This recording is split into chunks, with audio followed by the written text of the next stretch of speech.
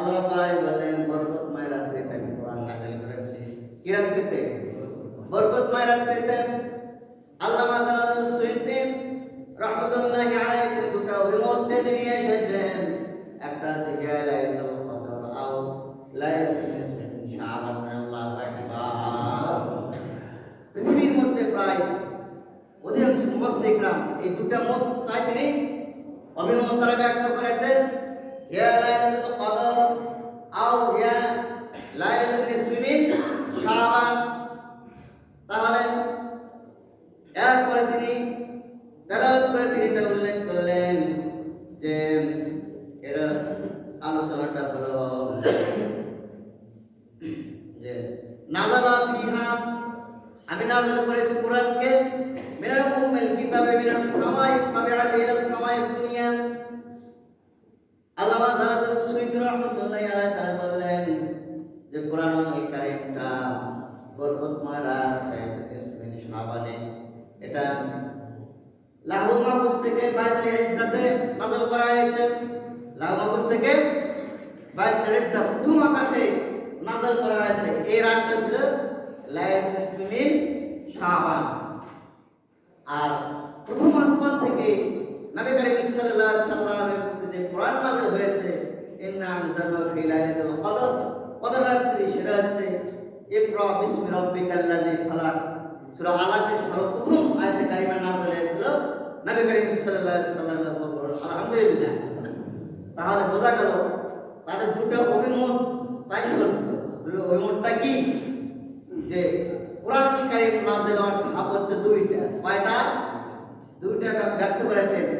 একটা হচ্ছে যে বাইতুল লাহুল মাহফুজ থেকে কোরআন কারীম নাযিল করেছে একসঙ্গে বাইতুল ইজ্জাতে প্রথম আসমানে, এটা সামায়ের দুনিয়ার কথা বলা হয়েছে।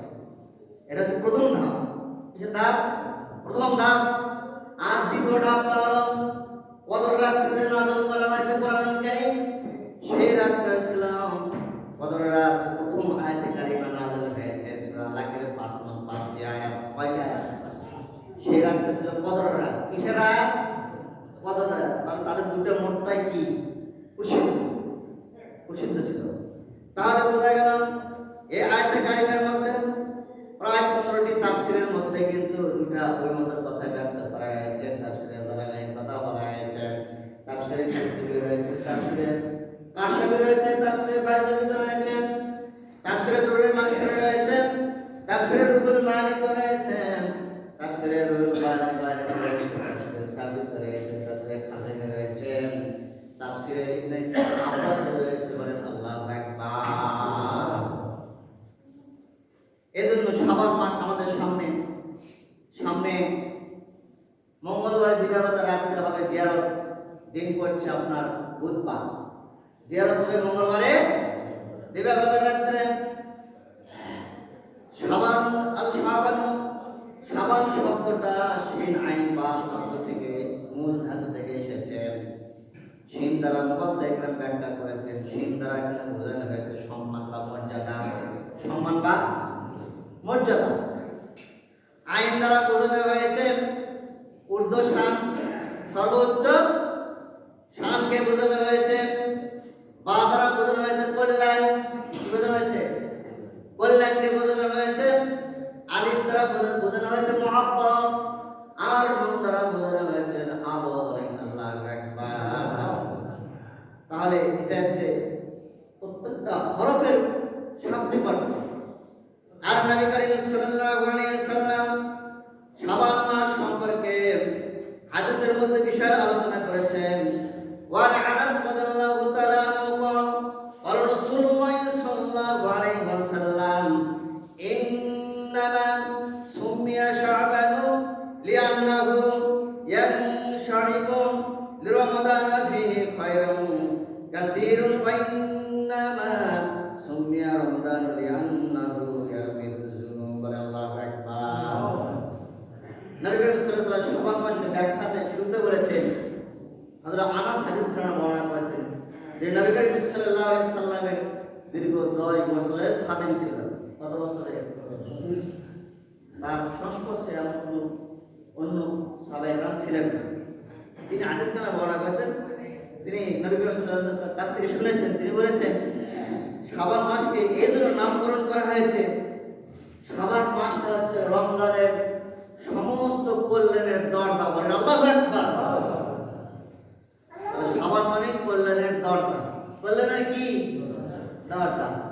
আপনি যে দরজা দিয়ে কল্যাণ প্রবেশ করবে সেই দরজা দিয়ে রমজানে যেতে হবে। তার মানে শাবান ছাড়া আপনি রমজানে যাইতে পারবেন না। নবী করিম সাল্লাল্লাহু আলাইহি ওয়াসাল্লাম বললেন শাবান মাস হলো কল্যাণের দরজা। এটা এমন একটা বরকতময় মাসটা, যে মাসের মধ্যে এমন একটা দিন রয়েছে, এমন একটা রাত রয়েছে, হাদিসে অনেকগুলো আলোচনা করা হয়েছে। এই মাসের মধ্যে এমন একটা দিন, এমন একটা রাত, যে রাতে ইবাদত করলে আল্লাহ রাব্বুল আলামিন যদি সেই বান্দার দোয়া কবুল করেন, চোখের পানি ছেড়ে দেয়, আল্লাহ রাব্বুল আলামিন তার জীবনের সমস্ত গুনাহ মাফ করে দেবেন। আল্লাহু আকবার।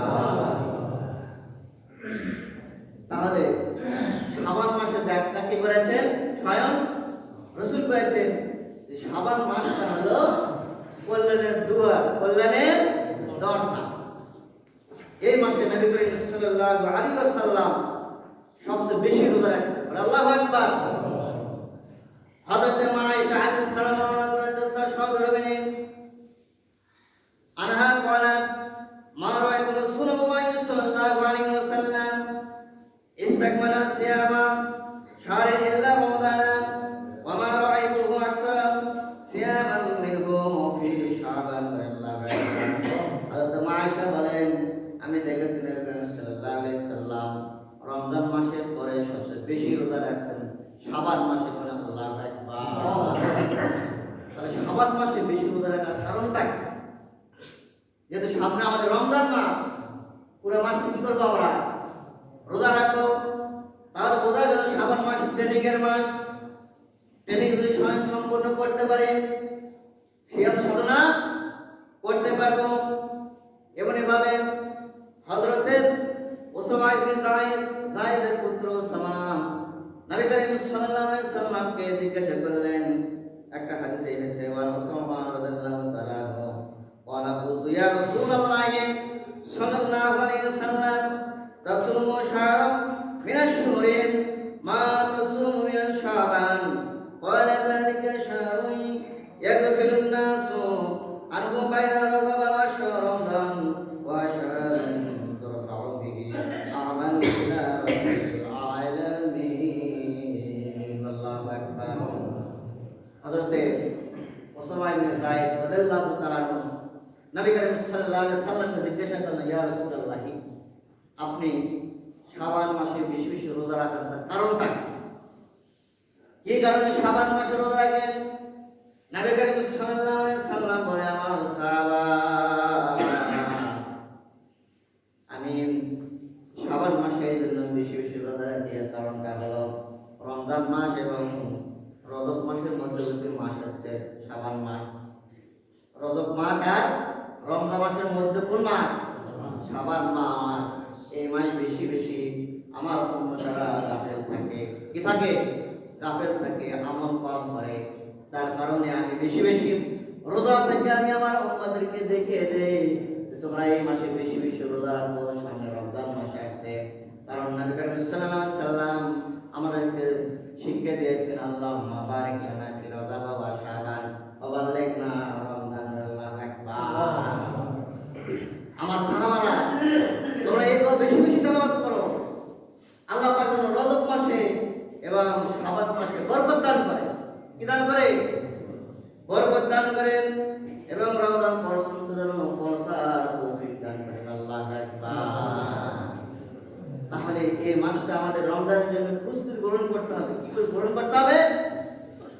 কারণ আমাদের জন্য কোনো কাজ যখন আমরা করব, প্রস্তুতি গ্রহণ না করলে সেই কাজটা কিন্তু স্বয়ং সম্পূর্ণ হবে না।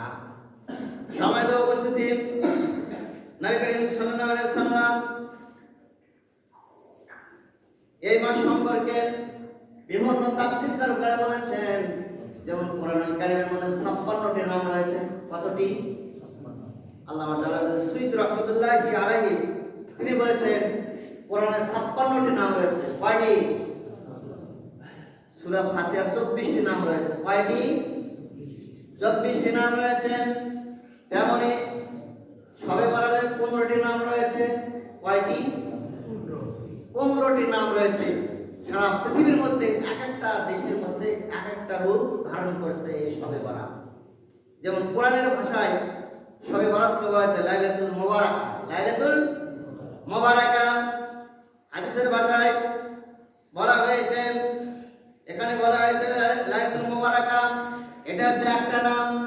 এরপরে বলা হয়েছে লাইলাতুল বারাত, লাইলাতুল বারাত বলা হয়েছে।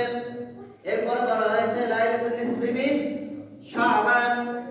এরপরে বলা হয়েছে লাইলাতুর রহমান, লাইলাতুল সিকিম, লাইলাতুল জাইজান, লাইলাতুল ঈদুল মালাইকা, লাইলাতুল তাকফির, লাইলাতুল ইতকি মিনান নার, লাইলাতুল তাযীম, লাইলাতুল কিসমাতি, লাইলাতুল ইজাবাতি, লাইলাতুল শাফাআতি, লাইলাতুল গুফরানি, লাইলাতুল রুজান। আল্লাহু আকবার।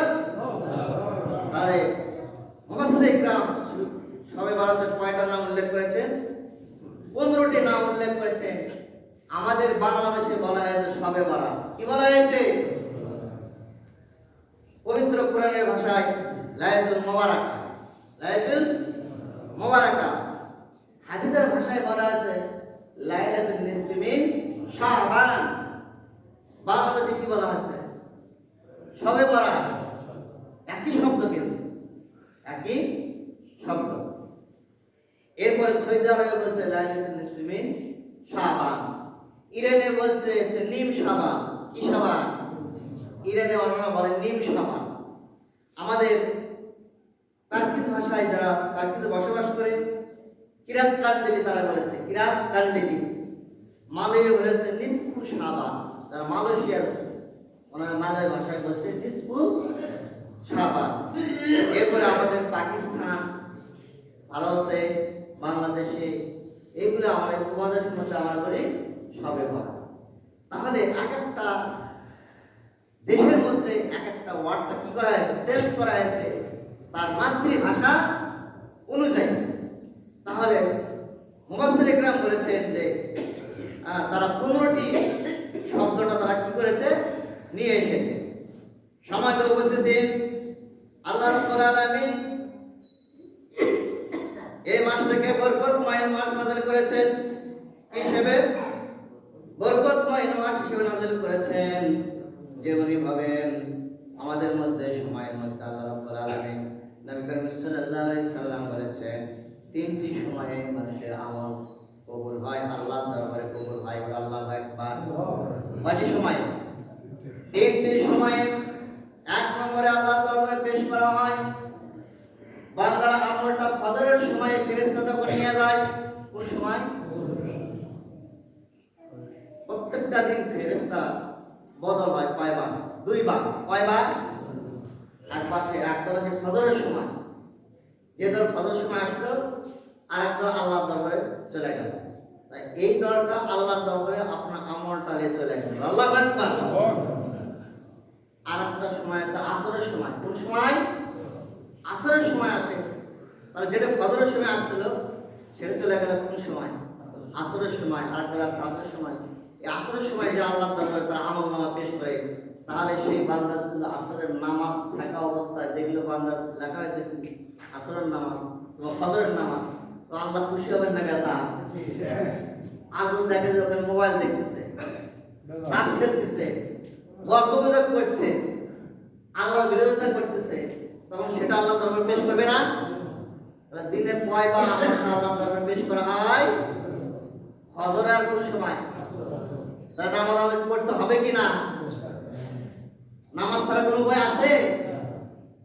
তার হুঁশিয়ার, সাবধান।